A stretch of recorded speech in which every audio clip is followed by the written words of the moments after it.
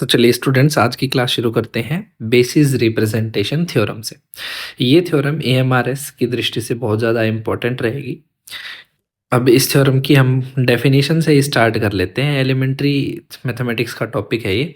तो इसकी डेफिनेशन देखो, every natural number n has a unique expression या representation with respect to another natural number and the natural number p must be greater than 1। यानी हम किसी भी natural number को किसी दूसरे नेचुरल नंबर में रिप्रेजेंट कर सकते हैं यूनिकली।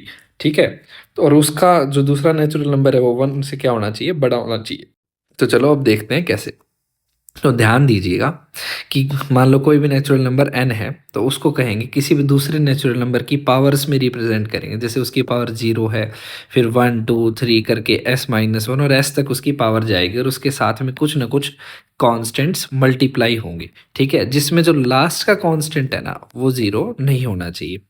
ठीक है, चलो अब आगे करके देखते हैं। ये डेफिनेशन टेक्निकल डेफिनेशन है बेटा, तो ये आपको थोड़ी सी कमी समझ में आई होगी।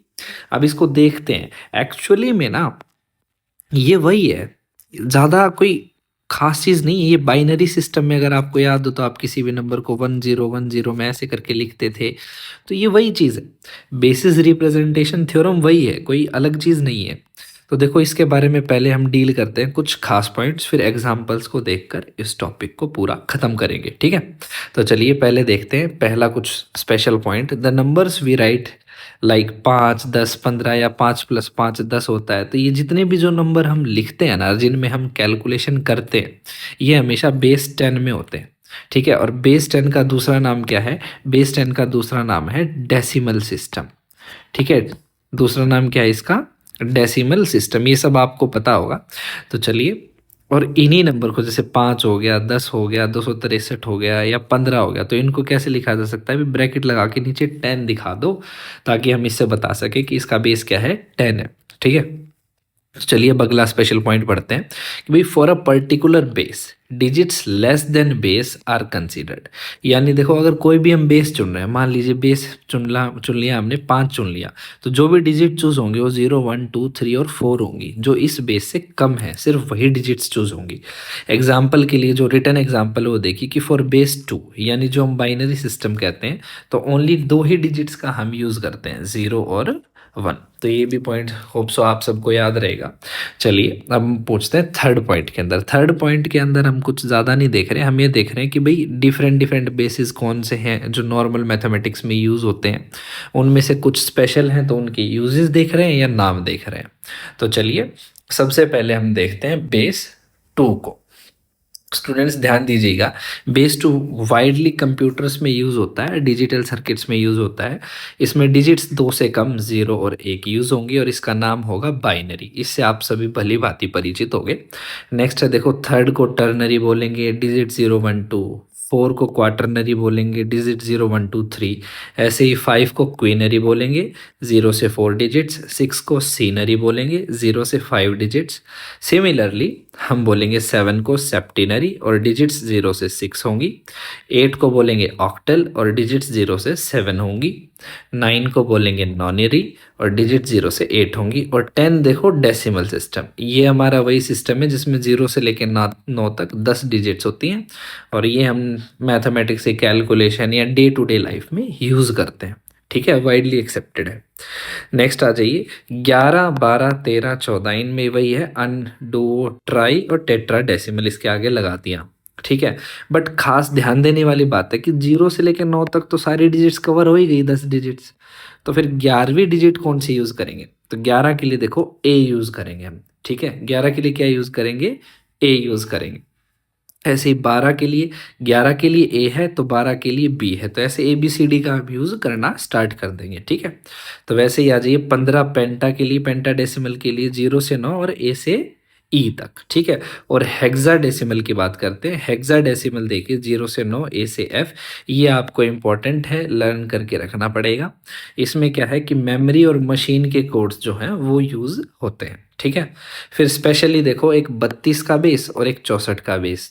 32 का तो एनकोडिंग डाटा और कीज़ के लिए होता है, और 64 का एनकोडिंग फाइल्स या इमेजेस के लिए होता है। आप ऐसे ध्यान रख सकते हो, फाइल हैवी होती है ना, इमेजेस थोड़ी ज़्यादा मेमोरी स्टोर करती है, तो 64 बिट हम उसमें यूज़ करते हैं, 64 का बेस। ठीक है, चलिए अब देखो, अब इसका जो सिंपल है, हम एक एग्जाम्पल देखेंगे कि भाई 73 को देखो बेस 10 है, इसको हम क्या करेंगे, एक दूसरे बेस यानी बाइनरी में बेस 2 में हम इसको डालेंगे और फिर उसको बैक करेंगे, मतलब एक बार तो दूसरे एक बेस का कन्वर्जन देखेंगे और फिर वापस आएंगे। ठीक है, तो चलिए अब देखते हैं कि 73 को बाइनरी में करते हैं। देखो किसी भी बेस में बदलने के लिए हमें क्या करना है, उस बेस से डिवाइड करना है और रिमाइंडर उसको रिवर्स ऑर्डर में लेना है।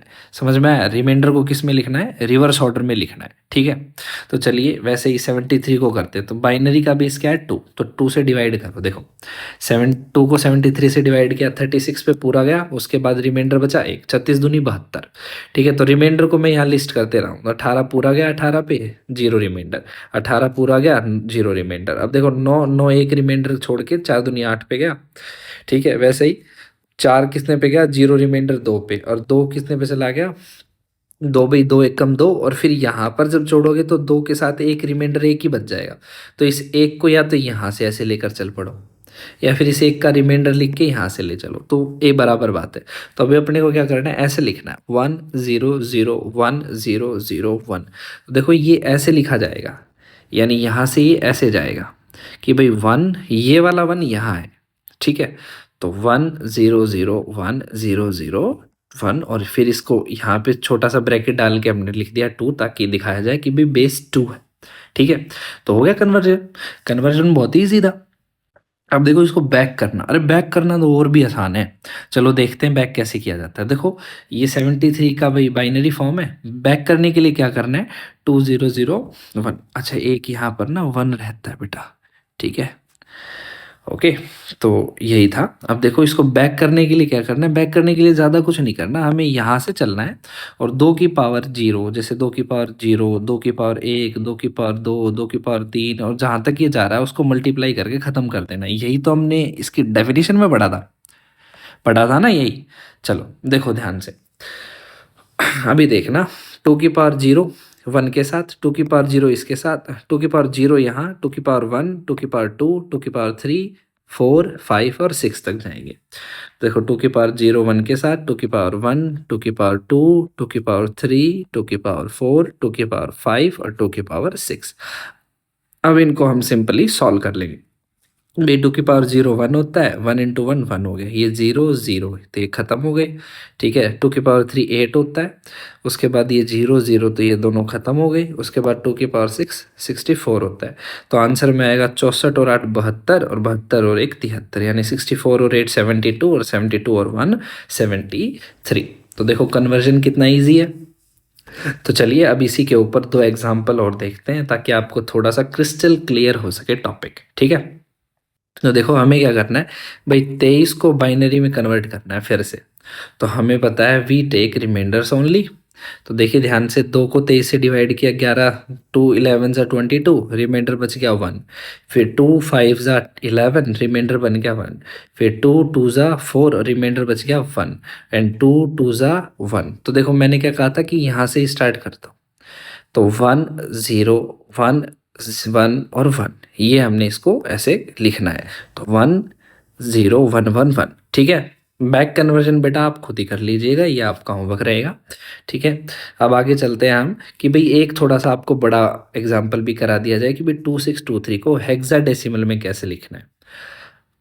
देखो हेक्साडेसिमल में 0 से 9 तक तो यहाँ डिजिट हो गई, और 10 के लिए देखो ए यूज होगा, 11 के लिए बी, 12 के लिए सी, 13 के लिए डी, 14 के लिए ई, और एफ हो जाएगा 15 के लिए यूज हो जाएगा। ठीक है, तो अभी अपने को क्या करना है, वही है भाई, हेक्साडेसिमल में बेस 16 होता है, तो हम इसको 16 से डिवाइड करने शुरू कर देंगे। तो अभी देखो ध्यान से, 16 को जब इससे डिवाइड किया तो 163 पे पूरा चला गया, रिमाइंडर छोड़ दिया 15। ठीक है, 15 लिख दिया। अब 163 16 से 10 पे गया, रिमाइंडर छोड़ा 3, वो लिख दिया। अब 16 से 10 कितने पे गया, ये गया ही नहीं, तो 0 पे। ठीक है, यानी इसको तो हम छोड़ देंगे, यहाँ से लास्ट रिमाइंडर यही है ना। तो अब इसको स्टार्ट करते हैं। तो हम क्या लिखेंगे भाई, इधर से नीचे से ऊपर जाएंगे। तो देखो 10 3 और 15, 10 के लिए कोड यूज हो रहा है ए, 3 के लिए 3 और 15 के लिए एफ। तो अब हम क्या लिखेंगे, A3F। तो हमने लिख दिया A3F और बेस डाल दिया 16 और ये आपका पूरा हो गया। ठीक है, तो बेटा नेक्स्ट टॉपिक जो मैं इसका कराऊंगा वो कराएंगे आपको कॉन्ग्रुएंस। ठीक है, कॉन्ग्रुएंस पे जो चाइनीज रिमाइंडर थ्योरम है नेक्स्ट आपकी वो रहेगी, तो stay tune for the Chinese remainder theorem. और इसी के साथ हम आपका जो एलिमेंट्री मैथमेटिक्स पार्ट है EMRS का वो कंप्लीट कर देंगे। ओके।